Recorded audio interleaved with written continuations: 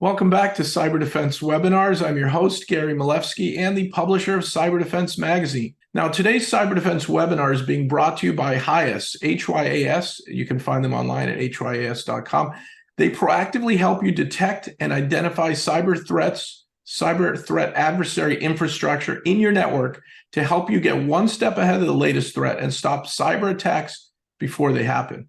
Today's webinar is entitled Leveraging the Power of Cyber Threat Adversary Infrastructure. And we're going to be joined by an amazing guest speaker, Dr. David Ratner, the CEO of HYAS. After obtaining his PhD in computer science, David Ratner has spent his career in various areas of software and technology, from writing code to scaling and growing venture-backed, private equity-owned, and public companies. Currently, as the CEO of HYAS, he is leading this company in their long-term vision and day-to-day mission to bring really amazing and game-changing solutions to the highest clients around the globe. And I know we have a lot of folks joining from all over the globe today. This is exciting. Just because an organization has been breached doesn't mean the attack will necessarily be effective at causing damage or stealing data. So knowledge of adversary infrastructure and the ability to see and stop communications with it can be a difference maker between success and failure. HYAS is the leading authority on identifying and detecting cyber threat adversary infrastructure. So in this webinar, you're going to learn how to get one step ahead of the latest threats preemptively and proactively. David, we are really lucky to have you speak on this critical topic for 2023 and beyond. Welcome to the Cyber Defense Webinars. Hey, Gary, really appreciate the opportunity, and it's a pleasure to be here. So thank you. Let's dive right into it, and we'll start with, so what is adversary infrastructure, right? A lot of people have different names for it. One of the common names is command and control. When I was at Black Hat just a few weeks ago, lots of people talked about the digital exhaust that comes out of an attack, or the digital exhaust that you see from an attack. But fundamentally, adversary infrastructure is the infrastructure that bad actors and malicious people use to command and control and direct their attacks, right? If you think about all the different kinds of attacks out there, whether it's a supply chain attack, whether it's insider risk, whether they phish, an employee, whether they break in through a known password, whether they, use a 0-day, regardless of how they break in, they use adversary infrastructure to command and control and direct their attacks. And that's why knowledge of adversary infrastructure ends up being so critical. So let's talk again a little bit more about how adversary infrastructure is really used. The reality today is, unfortunately, everyone will be breached, right? We set up all kinds of walls to help prevent that, all different kinds of aspects of the stack, but unfortunately, everyone will be breached. And when the first step of that breach is some attack breaks into the enterprise. It might be, like we said, a supply chain attack. It might be that they cracked a password. It might be that they stole someone's credentials. It might be that they phished an employee. But regardless of how they broke in, the first step in that attack is communication out to attacker infrastructure, to command and control for instructions. Hey, I'm alive. I'm here. I got in. What do you want me to do? Right? If we think back about some of the big name attacks over the last couple of years, with SolarWinds, for instance, the Sunburst malware would get installed in your system. It would lay low for 15 days. It would then wake up and alert the bad actor, I'm alive, here's where I am, I'm installed. What do you want me to do? Privilege escalation, lateral motion, data exfiltration, all of this requires instructions between the bad actor who's outside your enterprise and the malware or the attack that's inside your enterprise. And those instructions are given via attacker infrastructure or adversary infrastructure. So if you have visibility into the communication that's going on coming out of your enterprise, and you understand what is and isn't adversary infrastructure on the internet, well, then now you can see those telltale signs. You can see the digital exhaust that happens. You can see the first step of any attack that actually got through your security perimeter and has now breached your enterprise. And you can stop that nefarious communication if you know what is and isn't adversary infrastructure. Because once that communication is stopped, the attack is rendered inert, systems can be cleaned up, you can go along your way and drive operational and business resiliency. And so if you have knowledge of what is and isn't adversary infrastructure, you can do some pretty amazing things. You can turn all that metadata into actionable intelligence. You can understand who was behind this. What are they going to go do next? You can get out of that cat and mouse game and really move from a reactive stance to a proactive stance, and really move from I hope I don't get attacked to how do I implement operational and business resiliency. So this is really key, because the honest truth is, like I just said, everyone will be breached. And the solutions, despite massive spending, we're not really solving the problem. If you look at some of these stats, some of them are incredibly scary. 212, the average number of days to identify a data breach last year. That's how long it took. 212 days of bad actors hiding in your network, doing whatever they want to do, all the while communicating with adversary infrastructure before it finally gets discovered. David, a quick question. This reminds me of the OPM breach that took the government 6 months to discover. So the adversary infrastructure was already there. The malware was phoning home to China at off hours when people weren't really normally on their computers, but it was doing it covertly, just using the web browser. Is that something that you would consider easy to detect with your solution? And how would you have stopped that kind of breach? Absolutely. You know, if you look at where are we typically talking to, and should we be talking to there, and all those different kinds of aspects, the fact that you have machines that are talking to China that probably shouldn't be talking to China, that are talking off hours and maybe on a very regular basis, all of these different kinds of things are anomalous communication. And if you can identify, number one, that you have anomalous communication happening, number two, you sit there and say, this is a destination I really shouldn't be talking to because I know it's adversary infrastructure or whatnot, then you can actually stop that attack and stop that breach before it ever happens.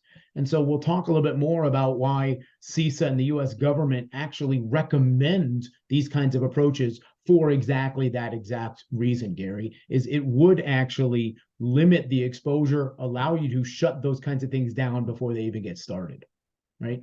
The numbers all say what we're doing today is not sufficient. What we're doing today is not actually stopping the attacks. And, you know, supply chain attacks increased 430% last year, right? What we're doing isn't working. We need a different approach, right?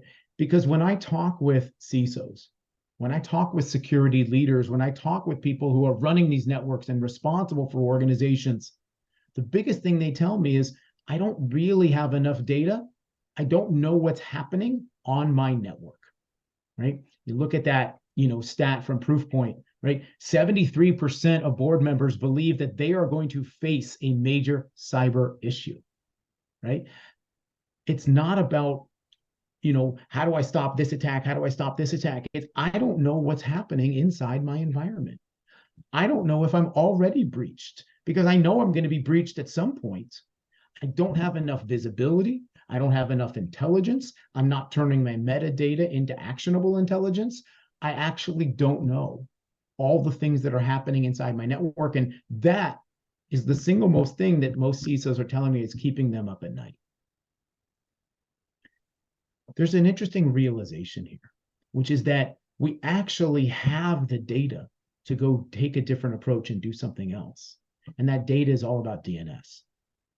Today, 90% of malware and attacks use DNS to facilitate their communication with adversary infrastructure. And we'll talk a little bit more about why that is, and all those different kinds of aspects, whether they use it for beaconing, for getting instructions, whether they use it via DNS tunneling.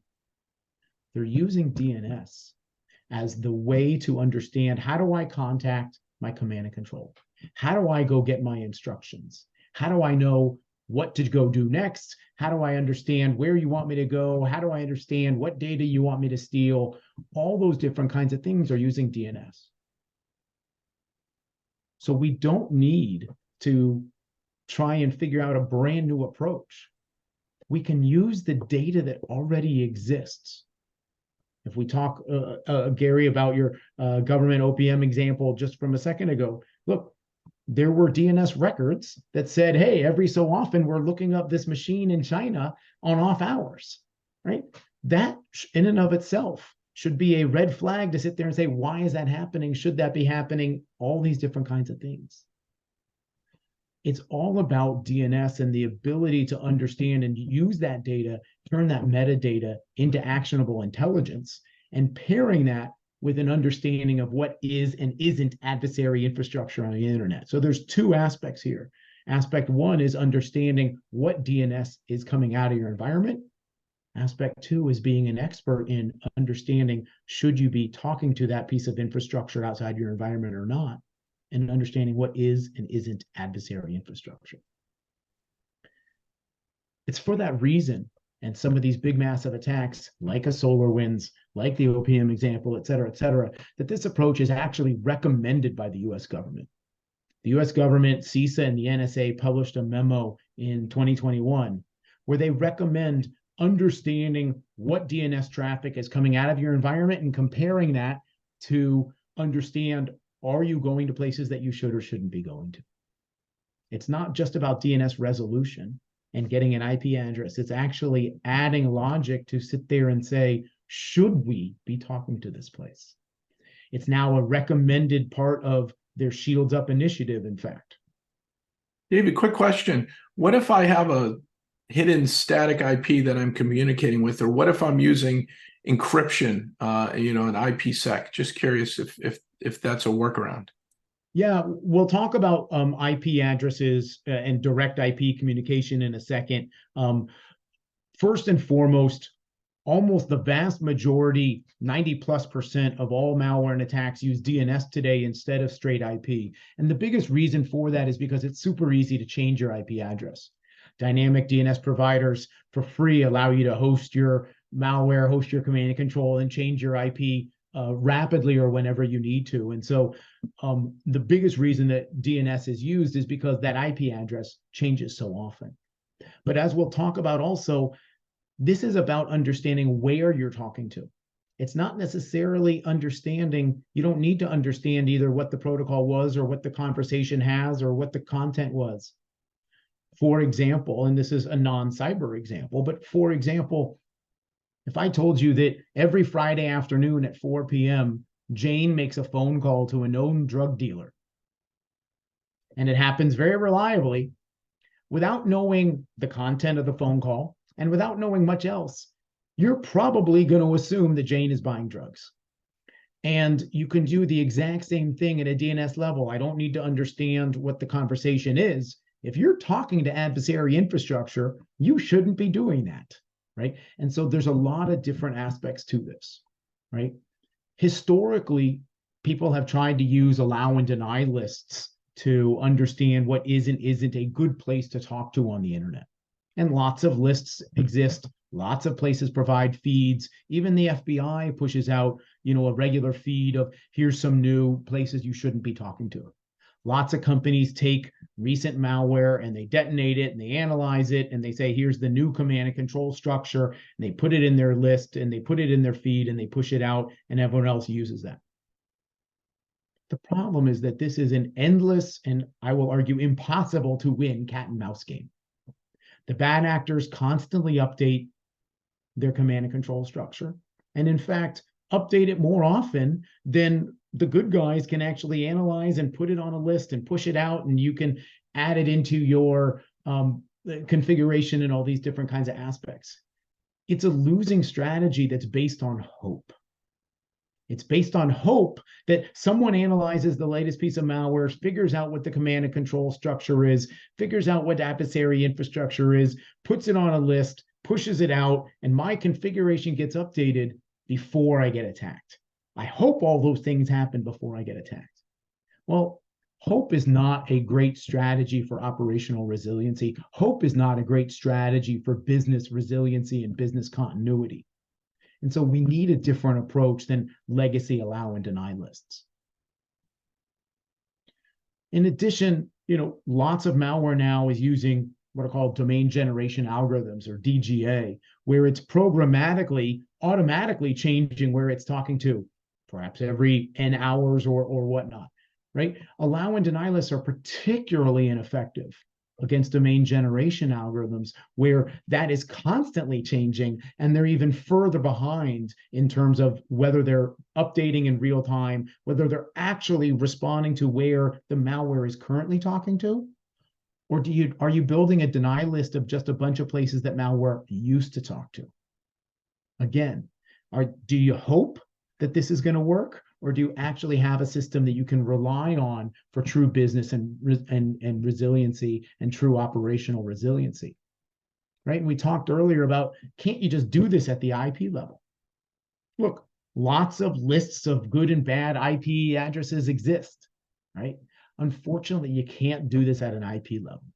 It's too easy for the bad actors to constantly change their IP that's associated with command and control. It's too easy for them to have constantly changing IP addresses and all these different kinds of things. And that's why most malware and most attacks today do not have hard-coded IPs in them, because one little change in your firewall and all of a sudden you're done. If you use DNS, and they constantly change their IP address, and they're constantly changing the command and control and where it's hosted and all these different kinds of things, right? IP address and direct eye communication isn't going to block it. So we need a fundamentally different approach. What we've seen in the market, what we've seen in the industry, is that bad actors continue to obfuscate their techniques. They continue to figure out new ways to break in and evade detection. They continue to figure out new ways to get past your firewall, get past your EDR, get past all of your security, and land a foothold inside the enterprise. Again, the first step is they start to beacon out to adversary infrastructure. The first step is they start to beacon out for instructions. But what's super interesting is that while they can obfuscate their techniques and hide them, they can't hide the fact that they're using infrastructure on the internet. They can't hide the fact that they're using infrastructure on the internet that has to be routable and therefore publicly visible. And in fact, that infrastructure actually has to be set up in advance of the attack. If you think about a very simple example, like a phishing attack, for instance, trying to get me to go to some website of a bank that isn't really my bank, but they make it look like it's my bank, so I put in my credentials. All of that had to be created and set up before that email landed in my inbox. Malware attacks work the exact same way. Bad actors have to create their infrastructure, their command and control structure before they launch their attack. So if you can become an expert on what is and isn't adversary infrastructure on the internet, and you can do that in a way which is not legacy, allow, and deny lists and what has been, but you can do that in a way so that when new infrastructure gets created, you can understand, is it going to be used for bad purposes or not? Well, now you can take this in a very different direction. And so what we're really recommending is building out adversary infrastructure as a platform. David, a quick question. This sounds amazing. So one of the challenges that a lot of folks face is they're worried about ransomware. They're worried about, even backing up malware. Some of the backup vendors, one of them has already acquired some antivirus technology, but if the AV technology, if the 70 AV vendors really worked, we all wouldn't see those numbers on breaches and the cost of breaches. So we need this new approach. So I'm just curious, can you also help if I accidentally restored a system and and there's a Trojan just waiting to kick in and it's time bomb for tomorrow or next week? Would you be able to help us when we're doing backup and restore? It's kind of I think a hot issue today. 100%. We'll talk a little bit about some use cases, but the cleanup side of incident response is absolutely a place where this comes into play, because most bad actors hide backdoors after they breach. Most of the time, cleanup doesn't necessarily get every single backdoor. And so you still want to understand, am I really all clear? What else is communicating out that shouldn't be when you're doing your incident response and cleanup? But getting back to this notion of adversary infrastructure as a platform, we're really sitting there saying, look, we're looking at the problem in the wrong way. We shouldn't be taking the new malware and detonating it and understanding it and putting that on a list. We should be looking at it from when the infrastructure itself is created. And so if you gather enough data from a variety of different disparate sources, and you put it together into a graph database, and you work the IP to build connections between nodes in that graph database. Now what you can do at an infrastructure level is map what has happened to what is happening to what will happen. And that's what allows you to understand that that new domain that just got created 5 minutes ago, even though it hasn't been used in an attack yet, even though it may not be weaponized for 6 months, nevertheless, when it does show up on the internet, when it does show up and people are trying to talk to it and use it, we know it's going to be used for nefarious purposes. And we know that now 6 months ahead of time, rather than we know it in arrears by detonating the malware and hoping that I can update that allow list and deny list configuration. So if you have this notion of an underlying graph database, this notion of an adversary infrastructure platform that understands and maps and builds the connections to understand how infrastructure is going to be used in the future, you can do some pretty amazing things. Right? You can use this for threat intelligence. One of the biggest aspects of threat intelligence is I only have one little data point. I know the IP address they came from. I know the domain. I know the email. I know some IOC. Right? How do I rapidly understand the complete campaign architecture? How do I rapidly understand where this came from? How do I rapidly understand who was behind it and what they're going to do next? Look, threat intelligence looking backwards is great, right? But if you can't map what has happened to what will happen in the future, you're always one step behind. And so utilizing this kind of approach to add into your threat intelligence to understand, well, what other assets do they have? What other infrastructure do they have that they're going to use against me tomorrow? Hey, if they're spending all their time watching me, how do I watch them? How can I maybe get an alert every time this bad actor creates new infrastructure so I can adapt and proactively drive my defenses against what is going to happen, not what has happened in the past?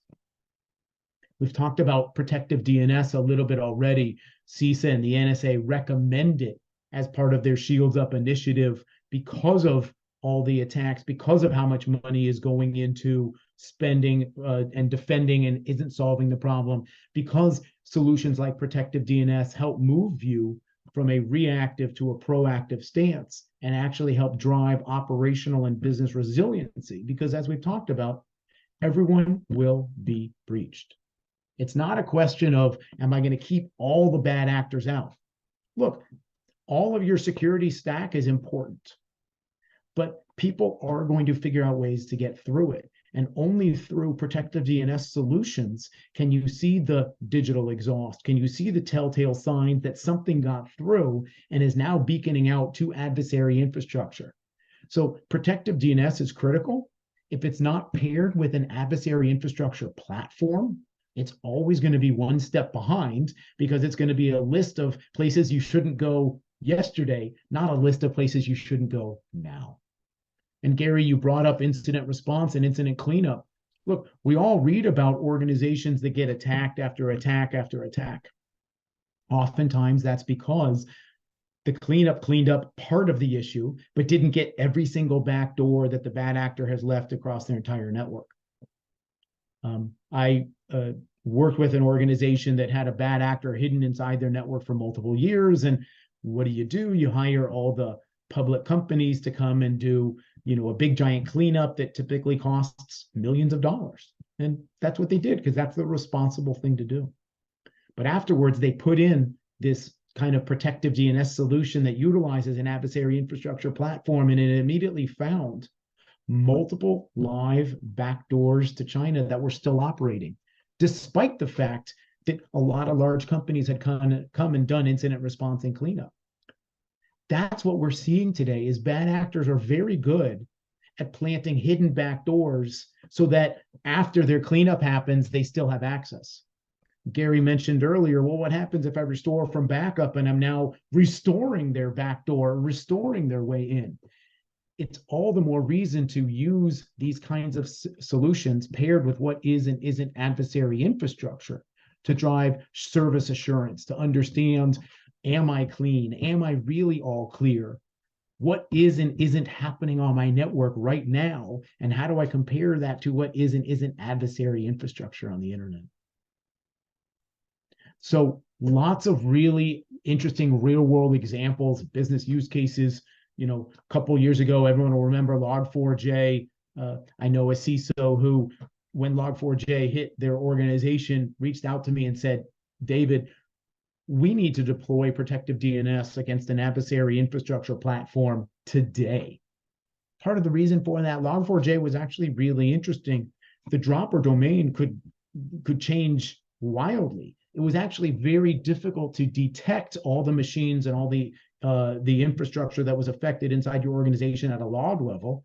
It was incredibly easy to see Log4j at a DNS level.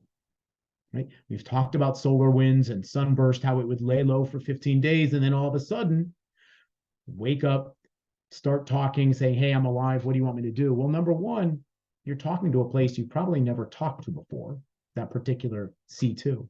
And number two, if you understand that C2 is bad and it's part of your adversary infrastructure platform, well, then you can stop that Sunburst malware from ever activating. Right? We talked about proactive adversary tracking as part of threat intelligence and how important it is that your threat intelligence program is not purely looking backwards, but looking forwards as well. What other infrastructure do they have that they haven't used it yet against me? What are they going to go do next? Right? We just talked about incident response and post cleanup service assurance, making sure, hey, look, so the guy said it's all good. Is it really all clear? Can I really give the green light that we now are operationally in business resilient? Or are the bad actors just sitting there still stealing data, and in just a couple of months, they're just going to go reactivate their attack? David, a quick question.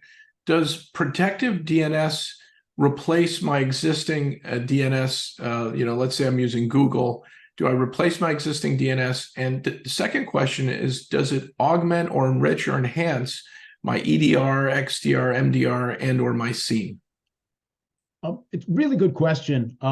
The high level answer is it depends on who you choose for protective DNS, right? The way that HYAS thinks about building solutions is that we're focused on building solutions that are easy to deploy, easy to manage, will work by themselves, but work better together with the rest of your stack. And one of the big things about having an adversary infrastructure platform is that it can actually add intelligence into your existing components. It can make your EDR, XDR more effective by adding information in there. It can enhance the data that's in your SIEM or in your SOAR. It can even extend your zero trust model, where typically zero trust is a model of inside your environment. Who am I talking to? Why am I talking to them? Should I be talking to them? As soon as you leave your environment, who are you talking to? Why are you talking to them? Should I be talking to them?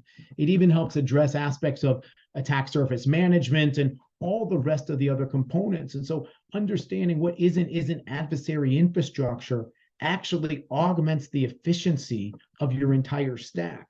And when you look at protective DNS solutions, you can have a protective DNS solution which might replace your existing DNS solution, or you can simply layer a protective DNS solution into your existing architecture without even changing your DNS by integrating it into your other components, right? So for example, HYAS has lots of organizations around the world that use HYAS protective DNS integrated with their EDR or the XDR, right?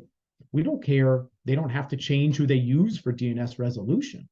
But what they want is look, when someone is trying to attack me, maybe my EDR, maybe my XDR catches it, that's great. But if it gets past my EDR, XDR solution, if it breaks in and actually establishes a foothold on some device, I want the ability to see that communication and know that I should now block it. And that's where the integration with a protective DNS solution comes into play. You can even deploy protective DNS solutions from HYAS utilizing adversary infrastructure in an entirely passive model where it just needs a fork of DNS traffic. So that really the notion here is, how do you use adversary infrastructure intelligence to enhance your overall stack, to enhance your overall security, to drive business and operational resiliency without having to change your architecture? You can change your architecture if you want to, but you don't have to. And so the flexibility of having an adversary infrastructure platform with APIs and all these kinds of different aspects allows you to bake this kind of intelligence into your existing security system and therefore drive business resiliency and increase the efficacy of everything. So we've talked a lot about how this works in theory. The question is, does it really work in practice? And so there's an organization in Germany called AV-Test, stands for antivirus test, which is the history of how they got started. But they test a lot of different security solutions. One of the kinds of security solutions they test is protective DNS. And so they've tested, I won't name competitors, but they've tested all of the big people in the who do this. And they've published all the reports. All the reports are available on the competitors' websites. All the reports are available on AV-Test's website. And this year they tested HYAS. And they came, previously AV-Test had tested someone, I won't name who, and they said, hey, this is the number one best solution in the market. And they said they're 50% effective. And if you layer on top other products, you can get to 70. They've never tested anything that was based on an adversary infrastructure platform approach. They'd never tested anybody who was based on understanding this level of intelligence and understands, hey, this domain is going to be used for nefarious purposes. I know that today, 6 months ahead of time, right? They went through and looked at an adversary infrastructure platform approach and said, this actually is the most effective solution on the planet. And I'm not talking 2% better, 5% better, 10% better, 20% better. You can go look at all the numbers yourself, but this is a significant jump in efficacy, which means this is the lowest risk of something sneaking through, the best possible chance of driving business resiliency and operational resiliency and business continuity. And it's because it's a completely different approach of understanding utilizing an adversary infrastructure platform to really understand what is and isn't adversary infrastructure on the internet. David, how do they test a platform like yours? It sounds like deployment is just changing DNS settings and having a network full of malware and bad actors. So AV-Test has their own proprietary mechanisms for understanding what is good, what is bad, how they send malware through, all these different kinds of things. And we actually don't get to know how they're testing, because otherwise we could unduly influence the results of the test. And that's what makes independent third-party testing so important, is the fact that we don't know how it's being tested. But you're right that this kind of solution can be deployed incredibly quickly. We have HYAS, for instance, has had clients, if they want to use it as a DNS recursor, it's been deployed literally in just a couple of minutes. I have a client who wanted it deployed as integrated into their EDR, XDR solution. They have 25,000 endpoints. It was deployed in under 30 minutes because of that integration. And again, right, the use of adversary infrastructure as a platform and the ability to integrate that into your stack means that you can deploy this incredibly quickly, manage it however you want to manage it, and improve the efficacy of everything else that you have. And tests like this from AV-Test really do show that a very different approach can get significantly better results than anything else we've ever seen in market today. Because the future really isn't about blocking every single attack. And there may be people who fight me on that. I'm not arguing you don't need your security stack. You, of course, need your firewall. You, of course, need your EDR. You, of course, need all these different kinds of aspects. But the unfortunate truth is that everyone will be breached. Majority of boards know it. Majority of CISOs know it. Majority of organizations know that their real goal today is operational and business resiliency. Hey, I'm going to be under constant attack. I will have things that creep in and evade detection and land inside my network. How do I make sure the organization is resilient against them, regardless of how the attackers change their techniques, regardless of how they change their approaches, regardless of how the attack surface changes? How do I continue to drive business forward? I firmly believe that the key to this is understanding what is and what isn't adversary infrastructure, and understanding how it changes in real time, and making that part of your security in depth strategy. Look, allow and deny lists were great at a time, but as the bad actors figured out how to change more rapidly, instead of actually blocking things in real time, they really became the notion of what has been adversary infrastructure in the past.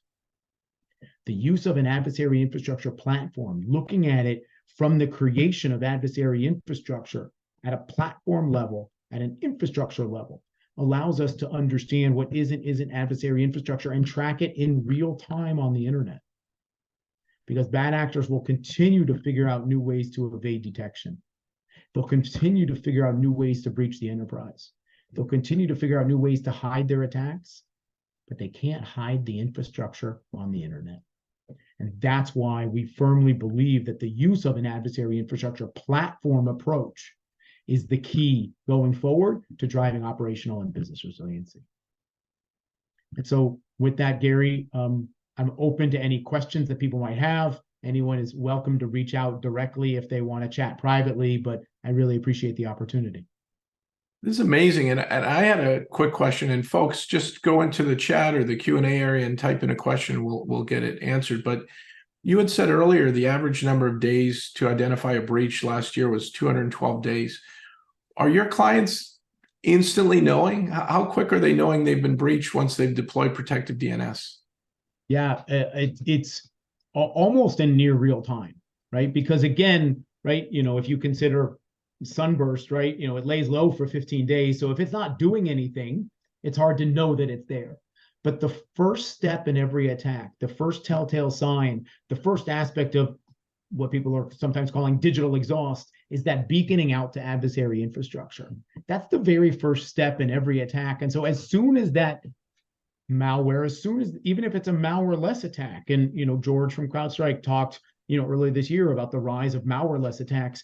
Even malware-less attacks still beacon out for adversary infrastructure. So as soon as you see that anomalous communication, as soon as you see that communication going out to adversary infrastructure, you don't need to know what it's saying.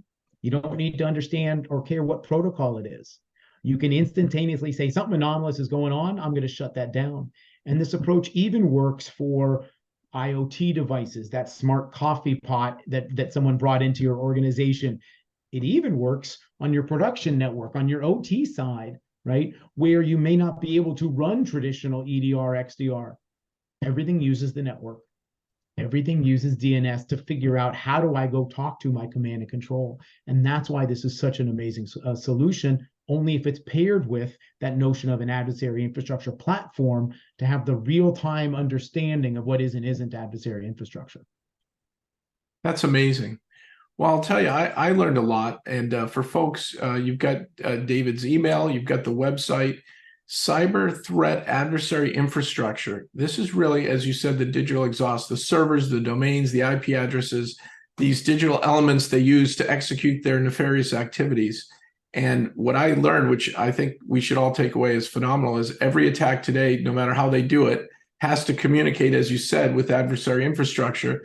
And who better to stop them than experts at adversary infrastructure at HYAS? So, Dr. Ratner, this was an amazing presentation, eye-opening. I think if people don't have your capabilities or service today, they should have it by tomorrow and get one step ahead of the next threat. Thank you so much for an amazing webinar. Thank you so much for having me, Gary. And folks, remember to come back next time for another exciting episode of Cyber Defense Webinars. We will see you again soon.